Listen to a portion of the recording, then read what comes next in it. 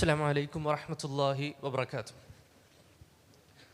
സഹോദരങ്ങളെ, നമ്മളെല്ലാവരും മൊബൈലുകളും കമ്പ്യൂട്ടറും ഒക്കെ ഉപയോഗിക്കുന്ന ആളുകളാണ്.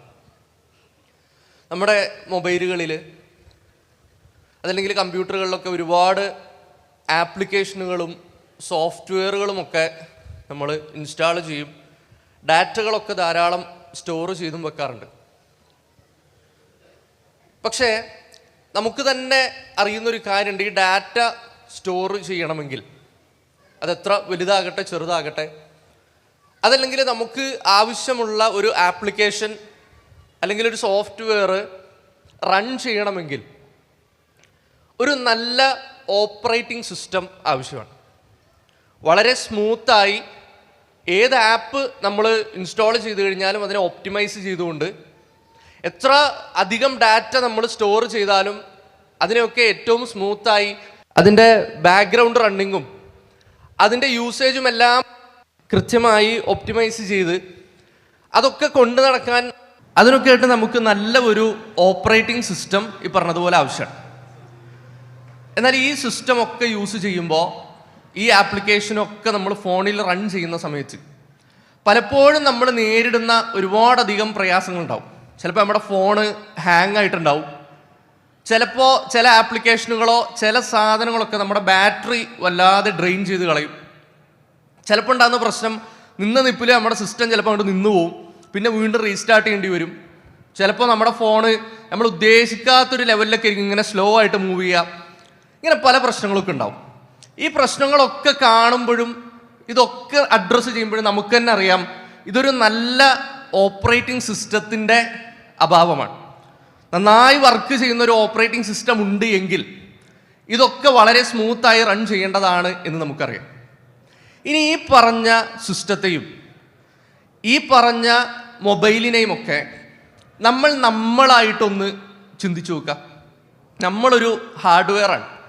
നമ്മളെന്ന മനുഷ്യൻ ഇതുപോലെ കുറേ ആപ്ലിക്കേഷനുകളും കുറേ സോഫ്റ്റ്വെയറുകളും ഒക്കെ റൺ ചെയ്ത് കുറേ അധികം പ്രയാസങ്ങളും പ്രതിസന്ധികളും ഒക്കെ നേരിടുന്ന ആളുകളാണ്. നമുക്ക് ചിലപ്പോൾ ഫാമിലിയിൽ പ്രശ്നങ്ങളുണ്ടാവും. ഇപ്പോൾ ഇവിടെ നേരത്തെ വിശദീകരിച്ചിരുന്നു, കുടുംബത്തിൽ പല രംഗങ്ങളിൽ നമുക്ക് പ്രയാസങ്ങളുണ്ടാവും.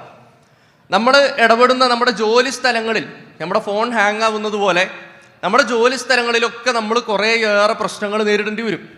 അതോടൊപ്പം തന്നെ നമ്മുടെ കരിയറും നമ്മുടെ ദീനും നമ്മുടെ ദുനിയാവിൻ്റെ പല വിഷയങ്ങളും ഒക്കെ ബാലൻസ് ചെയ്ത് ഇതൊക്കെ ഒപ്റ്റിമൈസ് ചെയ്ത് കൊണ്ടുപോകാൻ നമുക്ക് നല്ല ഒരു ഓപ്പറേറ്റിംഗ് സിസ്റ്റം നമ്മളിൽ തന്നെ ആവശ്യമാണ്. സഹോദരങ്ങളെ, പറഞ്ഞു വന്ന ഓപ്പറേറ്റിംഗ് സിസ്റ്റം എന്ന് പറയുന്നത് തൗഹീദിനെ സംബന്ധിച്ചാണ്.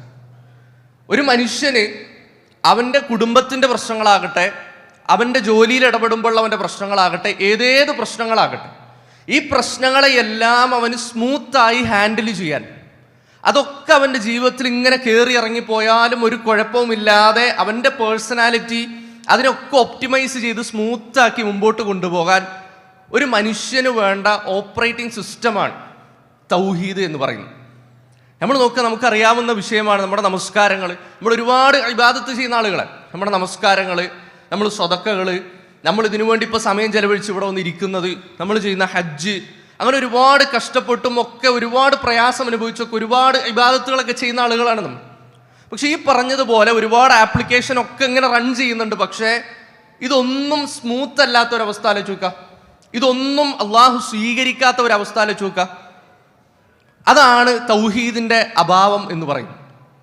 അതുകൊണ്ട് തന്നെ നമ്മൾ ജീവിതത്തിൽ നമ്മൾ കാണുന്ന പ്രയാസങ്ങളും പ്രതിസന്ധികളും പ്രശ്നങ്ങളും ഈ ഹാങ് ആവലും സ്ലോ ആകലും ഇതൊക്കെ സെപ്പറേറ്റ് ആയി അഡ്രസ്സ് ചെയ്യുന്നതിന് പകരം പലപ്പോഴും നമ്മുടെ ഓപ്പറേറ്റിംഗ് സിസ്റ്റത്തെ ഒന്ന് ക്ലിയർ ചെയ്തെടുത്താൽ ഇതൊക്കെ ഓട്ടോമാറ്റിക്കായിട്ട് ഇൻഷാ അല്ലാഹ് റെഡിയാവും.